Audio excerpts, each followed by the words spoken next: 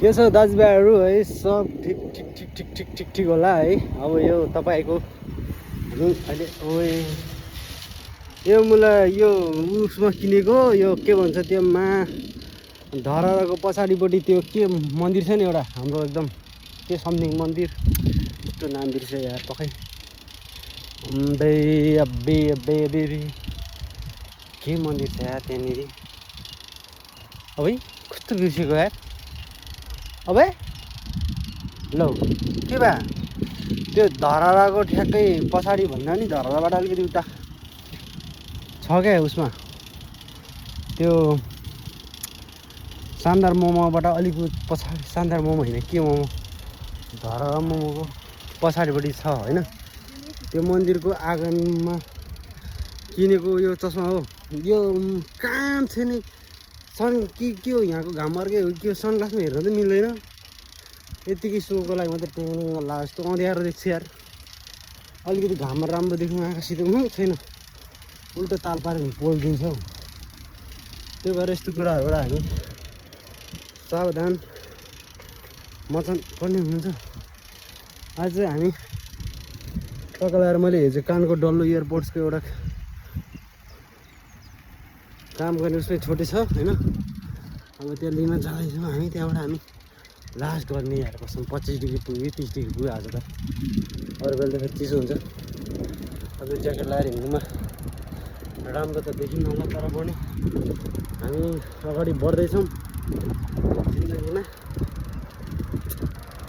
अब अहिले वर्ल्ड कपको माहौल छ, रोनाल्डो दाजुले पनि 2 गोल हाल्नुभएको छ। Still Messi is better than Ronaldo भन्नुपर्छ हामीले। किन भन्दाखेरि हेरेन डिबेट गरौँ न क्या, जे हो त्यो आँखाले छर्लङ्ग देखेपछि त हो भन्नु नि छैन बोलाइ छ यार।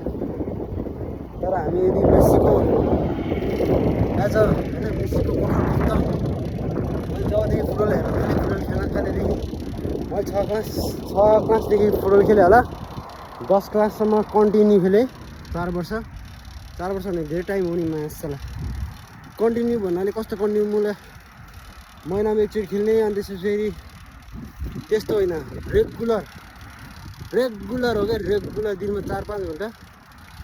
स्कुलमा पनि कस्तो राम्रो थियो हाम्रो त्यो बाटो चाहिँ मलाई स्कुलमा एकदम राम्रो छ। क्लासेस पढ्नु पर्दैन क्या, स्कुलमा टक्क लगाएर हाजिर गऱ्यो ल ल्याएर जाने सर्लक्क त्यहाँबाट लाने हो, अनि 8 ग्राउन्डमा लगाएर कुदाउने हो,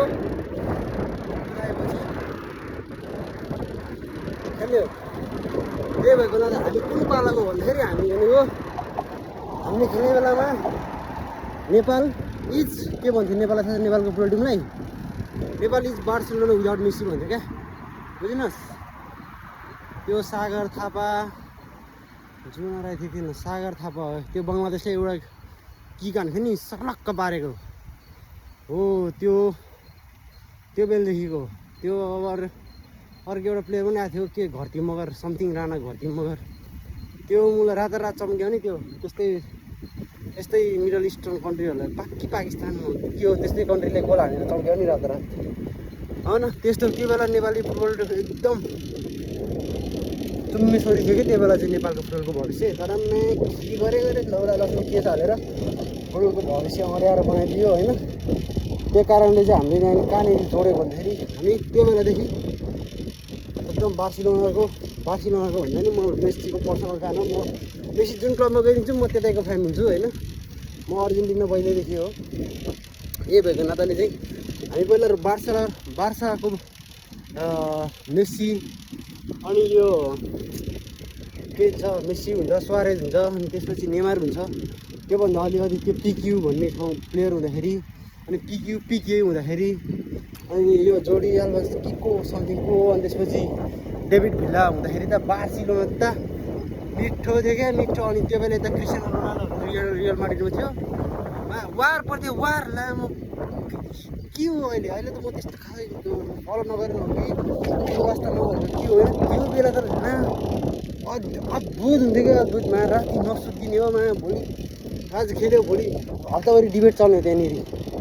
त्यो बेलादेखिको प्लेयर हो। रोनाल्डोले पनि नराम्रो भन्नु हुँदैन, किनभने रोनाल्डोले पनि आफ्नो तरिकाले आफ्नो त्यो जो कहाँ कहाँबाट आएर आफ्नो देशलाई आफ्नो क्लबलाई होइन रिप्रेजेन्ट गरेर धेरै राम्रो गोलहरू हाल्नुभएको छ। त्यही भएको नाताले अब मेसीले फुट्स पनि लिइसक्यो, अब यो लौडा लसन सब उहरू जितिसक्यो। तर यो पाल चाहिँ एउटा फुटबललाई योगदान दिएको एउटा फुटबल प्रेमी हिसाबले चाहिँ यसपालि चाहिँ रोनाल्डोले वर्ल्ड कप जितोस् कि भन्ने धारणा चाहिँ मेरो। तर म अर्जेन्टिनालाई सपोर्ट गर्छु होइन, फ्रान्सले पनि अलिअलि गर्छु, अर्जेन्टिनालाई अलिक धेरै गर्छु।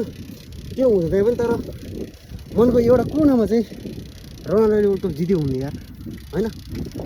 तर फेरि सर यस्तो छ क्या, अब मेसीले ल एउटै गेममा उनलाई ह्याट्रिक स्याट्रिक हाल्नुहोस्, 10 गोल हाल्नुहोस्, लगातार गोल हाल्नुहोस्, त्यो टाउको यस्तो पारेर रुकुर जानु थियो जपाउँदै होइन। रोनाल्डो माछाले गोल हाल्छ त्यहाँदेखि ग्राउन्डमा त्यो बनाउँछ आइएम ब्याक भन्दै थियो हिजो। अरूले के भन्छन् त्यसले बाहिर गएर पनि भन्छ क्या, I'm the greatest player of all time Messi भन्यो भने हु इज मेसी भन्नु बिर्छ नि त्यसले। त्यस्तो हरकतहरू चाहिँ अलिकति अब त्यो आफ्नो तरिका हो। मेसी बोल्न चाहन्न, ऊ बोल्न चाहन्छ, त्यो पनि त्यो भएर चाहिँ हामी सल होइन अलिकति रोनाल्डोपट्टि झर्केको छु म चाहिँ। अरूसँग मलाई यो ब्रुनो फर्नान्डो मलाई कोही मन छैन। बस रोनाल्डोको लास्ट वर्ल्ड कप हो, एउटा वर्ल्ड कप त्यो लगोस् न यार भन्ने मेरो मनदेखिको चाहना है। अरू त्यस्तै हो, अरू बाँकीमा पछि गर्दै गरौँ न अहिले भने है। धन्यवाद।